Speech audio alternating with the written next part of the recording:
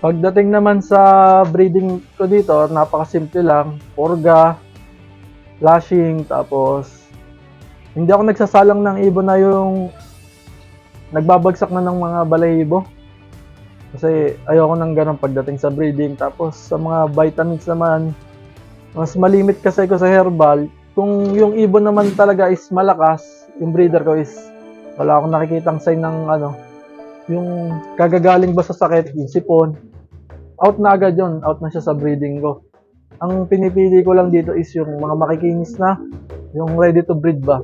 Kasi mahirap magsalang ng, ipipilit mo lang yung, kasi maganda yung linyada, pero wala sa kondisyon.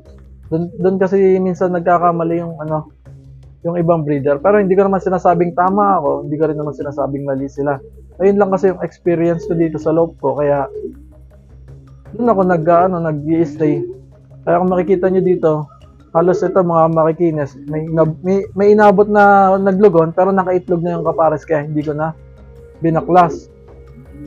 Tapos pagdating naman sa mga, kunwari, nagkainakay na sila, nagbibigay ako ng chick booster dito para sa young birds ko, para maisubo ng mga breeder. Tapos hindi ako nagpapawala dito ng grits, vitamineral, tsaka ito kasing gamit ko yung all-in-one ng Columbine. Tapos sa pink minerals naman, sa Columbine din. Tapos natural line yun. Hindi ako nagpapawala ng natural line. Tsaka ano pa bang nandito ko is honey. Yan, honey. Tapos apple cider Thursday. Subukan nyo. Hindi ko sinasabing pero subukan nyo. Thursday ako kasi ng apple cider. Umaga lang yon. Honey Wednesday. Yan. Tapos probiotics ni ang gamit ko kasi noon na probiotics is yung sarili kong gawa. Hindi ako makagawa ngayon kasi busy. Kaya ang ginagamit ko is yung kay Sir Herbert Lubag na probiotics, yung 15BC. Tapos yung honey. Sa kanya din ako nakakuha ng honey. 15BC honey. Tapos huwag kayong magpapawala din ng Victory. Lalo na pagka nakikita nyo yung nahihirapan matunawan yung young bird nyo. Bali, nagsusubo ako ng Victory pills, hindi direkta sa inakay. Sa magulang ko muna sinusubo. Tapos yung mga pula at puti, bihira naman ako. Pero nagamit ako nun. Siguro once a week. Tuesday, bigay ako ng calcium lactate, multivitamins ng Wednesday. Tapos sunod na week na yon. Hindi ko binababad sila sa ganung gamot kasi sa experience ko mas hiyang ako doon. Tapos mga 25 to 30 days na yung inakay, inaalis ko na siya doon sa breeder cage ko, sinasama ko na sa mga pliers. As long as tumutuka na sila, basta yung marunong nang tumuka, kasi yung mga inakay, bumababa naman yan ng nest bowl nila para tumuka. Yung pagka nakita ko nang tumutuka sila, nililipat ko na sila sa sa pliers. Kasi mas maganda yung katawan nila pagka yung sila na mismo yung tumutuka ng sarili na. Ayun, experience ko lang naman yun Hindi ko sinasabing tama ako. Pero subukan nyo din, basta pag nakita nyo ng tumutuka yung inakay, sama nyo sa mga pliers nyo na wag yung sa pliers na inilalaban nyo yung sa susunod na na palipad nyo sa susunod na season nyo para hindi mahawa ng sakit na dala-dala ng mga nilalaro nyo in case na meron. Hindi ko naman sinasabing may sakit para hindi rin sila hindi sila manibago pagka yung pinaabot nyo kasi ng mas maedad pa sa breeder cage tapos ilalagay nyo sa pliers loop. Nako na, ang hirap. Puro small seeds lang kinakain nila, hindi kagaya ng pagka 30 days old. Kahit anong kakain nila pagka nagutom. After ko naman magwalay sa breeder ng mga inakay, bali, pinapaabot ko muna sila ng 2 months bago ko purgahin. Kasi preparation din for low fly. Pero nagbibilad na ako ng mga inakay na yung mga 35 days old to 50. Nilalagay ko na sila sa sa landing board ko para matuto silang maglilipad ba yung kung paano mag-landing. Kasi minsan na-experience ko dito medyo may edad na yung tinuturuan ko. ang hirap kasi ilang sila bumaba dito sa sa landing board kasi hindi naman sila nasanay. Kaya ang ginagawa ko, mas medyo maikli pa yung pakpak nila. Nilalabas ko na sila tapos tinuturuan ko mag-trapping. Bali ang ginagawa ko pagka ganyan mga bata pa, one day feeding lang sila para mapasunod ko sila na pagsipol ko tapos kalampag ng patukaan, napasok sila. Mahirap kasi yung may edad na saka mo tuturuan ng ganyang mga sistema. Masasakit lang ulo mo dyan, may rapang ka. Kaya ang ginagawa ko, mas bata, mas maganda. Para kung lumiban man sila dito sa likod ng loft ko o maglilipad dito sa mga wire, at least natatanaw na nila yung yung buong area ng loft ko. Mataas naman kasi itong area ko. Saka nasa second floor din tong loft. Hindi ganun kataas yung casualty pagka overfly ba. Siguro sa 10, isa, ganun lang. Pero sa ngayon wala 23 pa rin naman yung bagong tinuturuan ko. Nagpapalipad na rin ako. Tapos pagka ready naman na silang, kumbaga nag-groupings na sila sa low fly, bali ang ginagawa ko, nagse-self-toss na ako. Simula sa 2 kilometers, tapos 5, tapos 15, hanggang 30 kilometers. Kasi yung club, hindi pa naman nagsisimula ng training, nagse-self-toss muna ako. Tapos pagka nagsimula yung club, kadalasan kasi nagsisimula ang club dito sa nilalaroan ko sa Ulpa, is Chaong na, which is parang nasa 25 to 30 kilometers na din yon. Doon lang ako nagsasampa, yung unang sampa na yon.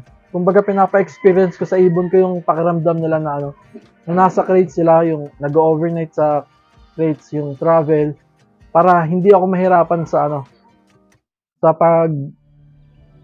pagbabalik ng condition sa kanila. Kasi stress yan lalo na mga unang sampa sa truck, siksikan, madami sila. Yun, tapos saka ako nagtotos na.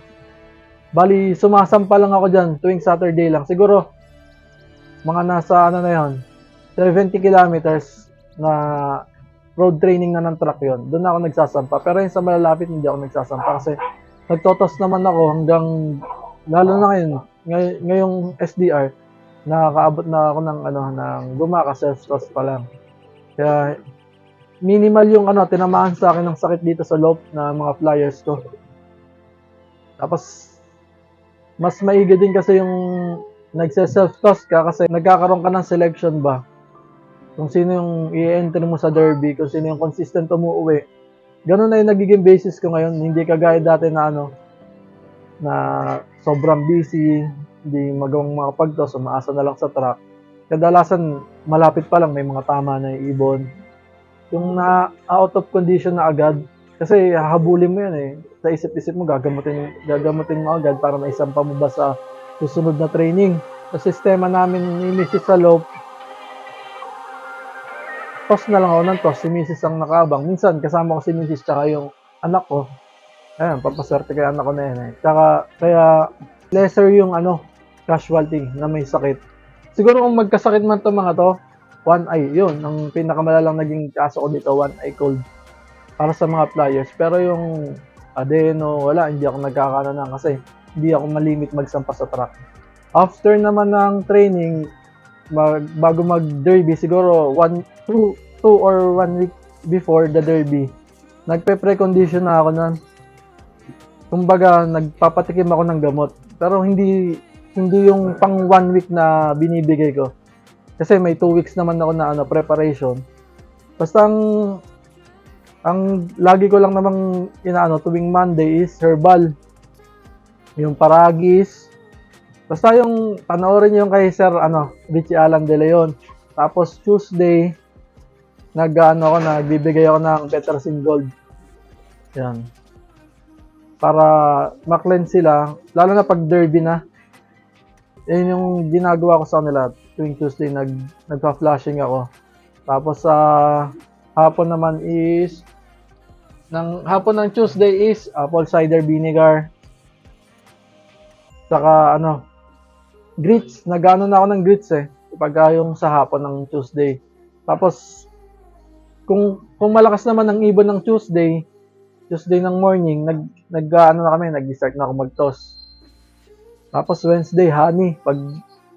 Pagka, nag-self-toss ulit. Tapos Thursday, apple cider ulit. Sa umaga, plain water na sa hapon. Friday, wala na yan. Wala na akong binibigay dyan. Kung magsusubo man ako, siguro, ang binibigay ko is victory na lang. Nagbawas ako sa gamot kasi nung mga nakakaraan, bugbog sa gamot, nahihirapan umuwi. Ngayon, mas konti yung gamot, mas maganda yung pauwian, mas light yung ibon, madaling i-recover. Pagdating naman ng Sunday ng pauwian, ang panalubong ko naman sa kanila is Selectrogen D+, na may halong honey. Yung ginagawa kong pang salubong sa kanila. Tapos sa hapon, nagbibigay na ako ng victory. Kakapain ko muna yung butsi nila kung yung kinain nila nung pag-uwi nila is natunaw. If hindi, 2 victory na binibigay ko. O kung meron kayong ideal pills, mas maganda. Isang ideal pills. Bids na yung ibon mo na mabilis makarecover yan. Sunday, tapos Monday yun. Ulit-ulit, paikot lang. Herbal. Ganun lang naman kasimple yung sistema ko ngayon. Hindi nakagaya ng dati na ang lakas ko sa gamot. Ngayon, hindi na masyado. Malimit na. Kung kailangan lang talaga ng ibon, saka ako nagbibigay. Pero pag hindi naman, hindi ko na binibigyan.